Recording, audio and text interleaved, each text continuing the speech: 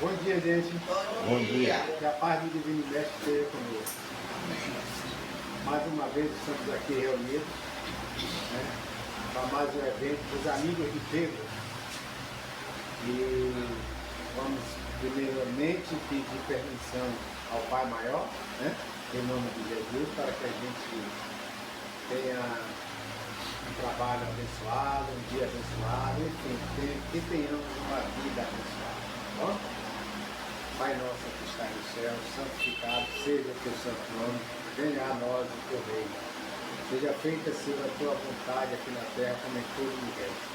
E o nosso de cada dia dá-nos hoje, perdoai as nossas ofensas, à medida que soubermos perdoar os nossos devedores. E não nos deixeis cair em tentação, mas livre-nos do Pai amado. E todos os males, o santo reino, o poder e a glória. Vamos, antes de começar, vamos fazer uma pequena leitura do Evangelho de Jesus, que foi aberta aleatoriamente pela nossa amiga Cláudia. E o tema é: os sãos não têm necessidade de médico. Jesus estando à mesa na casa desse homem, aí vieram muitos publicanos e pessoas de má vida que se assentaram à mesa com Jesus e seus discípulos. Porque os fariseus, tendo visto, disseram aos seus discípulos: por que vosso mestre come com os publicanos e pessoas de má vida? Mas Jesus, tendo-os ouvido, disse-lhes: os sãos não têm necessidade de médico, mas os doentes. São Mateus capítulo 9, versículo de 10 a 11. Jesus se dirigia sobretudo aos pobres e aos deserdados, porque são os que têm maior necessidade de consolação, aos cegos dóceis de boa fé, porque pedem para ver, e não aos orgulhosos que creem possuir toda a luz e não têm necessidade de nada. Estas palavras, como tantas outras, encontram sua aplicação no Espiritismo. Admira-se, por vezes, que a mediunidade seja concedida a pessoas indignas e capazes de fazer mau uso dela. Parece dizer que uma faculdade tão preciosa deveria ser atribuída exclusivamente dos mais merecedores. Digamos primeiro que a mediunidade se prende a uma disposição orgânica da qual todo homem pode estar dotado, como de ver, de ouvir, de falar. Não há uma da qual o homem, em virtude de seu livre-arbítrio, não possa abusar. E se Deus não houvesse concedido a palavra, por exemplo, senão aos que são incapazes de dizer coisas mais, haveria mais mudo que falante.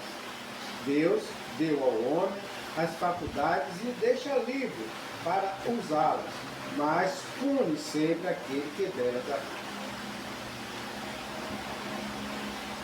Se o poder de se comunicar com os espíritos não fosse dado, não aos mais dignos, qual deles que ousaria pretendê-lo? Onde estaria, aliás, o limite da dignidade e da indignidade? A mediunidade é dada sem distinção, a fim de que os espíritos possam levar a luz em todas as fileiras, em todas as classes sociais, ao pobre como ao rico, aos sábios para os fortalecer no bem, aos viciosos para os corrigir. Estes últimos são os doentes que têm necessidade de médicos, porque Deus, que não quer a morte do pecador, o privaria de socorrer do poder de tirá-lo do lamaçal.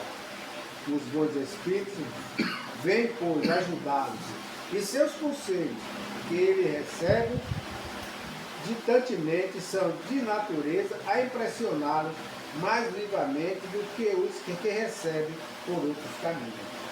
Deus, em sua bondade, não lhes poupar o trabalho de ir procurar a luz ao longe. Coloca na mão, não é bem mais culpado que não o considerar? Poderá se desculpar da ignorância, quando terá escrito ele mesmo, visto com seus olhos, ouvido com seus ouvidos, e pronunciado por sua boca a sua própria condenação, se não aproveita, é então que é punido com a perda ou desmoralização da sua faculdade, da qual os maus espíritos se apoderam para abusá-los e enganá-los, sem prejuízo das aflições reais, porque Deus atinge seus servidores indignos e os corações endurecidos pelo orgulho e pelo egoísmo. A mediunidade não aplica necessariamente o intercâmbio habitual com os espíritos superiores. É simplesmente uma aptidão para servir de instrumento mais ou menos flexível aos espíritos em geral. O bom médium não é, pois, aquele que comunica facilmente, mas aquele que é simpático aos bons espíritos e não é assistido senão por eles. É neste sentido somente que a excelência das qualidades morais tem tanto poder sobre a mediunidade. Ou seja, a gente costuma muito fazer distinção, né? Jesus nunca fez distinção de nada. E aqueles publicanos, né? Aqueles fariseus que estavam criticando Jesus porque ele estava fazendo suas refeições na casa de Mateus, com pessoas de má vida, com pessoas da rua, eles se achavam os melhores. Eles se achavam dignos da presença de Jesus, mas aqueles pobres coitados que chama de ralé, não. E Jesus diz para ele que quem precisa de médico são os doentes. Então, nós aqui, nós precisamos de médico, viu? Que a doença que Jesus se refere não é a doença do corpo físico, não é a da alma. E quando ele se refere aos médios, é porque os médios, tem pessoas que não conhecem nada de espiritismo, pensam que é uma faculdade para aquelas pessoas que são privilegiadas. Muito pelo contrário, a mediunidade é uma faculdade orgânica, né? Que qualquer pessoa pode ter, ou tem, agora em determinados graus, como ostensiva, né? Na maioria das vezes serve como instrumento de correção. É um meio, ou talvez assim, um dos últimos recursos que Deus usa para que aquela pessoa se melhore. Porque ele ainda é um doente. E às vezes a gente chega aqui com uma mediunidade, em vez de usá-la para o bem, usa para o mal. E aí o que é que acontece? Nós estamos nos comprometendo cada vez mais. Às vezes a gente pensa que o poder está nos bens materiais. E não é. O poder não está nos bens materiais, mas o poder está no bem moral. O verdadeiro líder não é aquele que possui posses, mas aquele que possui moral elevada. Tem o coração puro, que é generoso, que é caridoso. Esse sim é o verdadeiro líder. Tá bom? Então fica aí essa pequena mensagem do nosso evangelho de hoje para a nossa reflexão. Tá bom? Aí eu quero chamar a Dona Tânia. Quer falar alguma coisa? Né? Bom, então a gente vai partir agora, podemos partir para a entrega das nossas cestas. Então, com essa mensagem, nós vamos partir agora para o objetivo principal dessa nossa reunião de hoje, que é a entrega das cestas básicas para as famílias assistidas pelo nosso grupo, né? Hoje, os amigos de Pedro, tá bom? Bora. Dona Juscelene, por favor.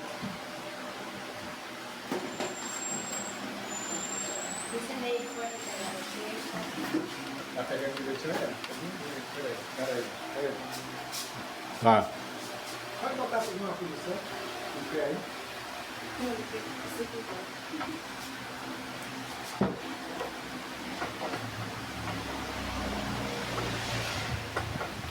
Você gira aqui, ó. Isso. Pronto.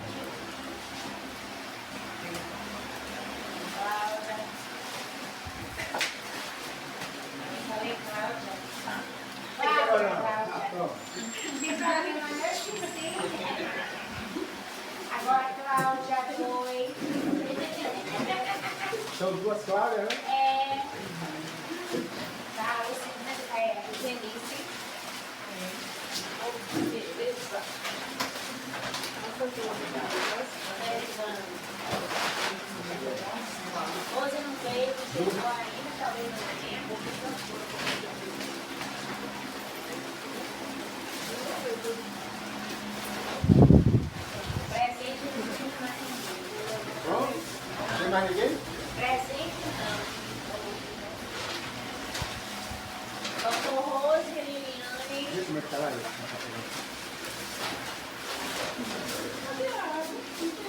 Passa assim agora. Peraí.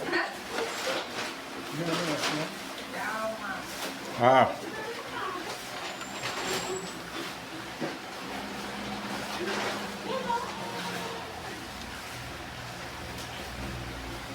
Eu quero essa cola dela.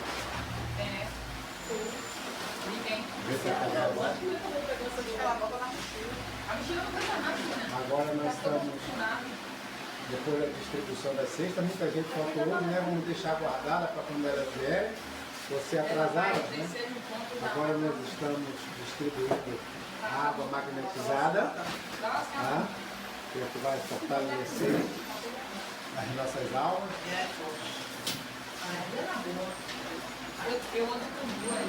Ela tá. Vamos encerrar essa primeira parte, né? E depois nós vamos passar para a parte do lanchinho, né?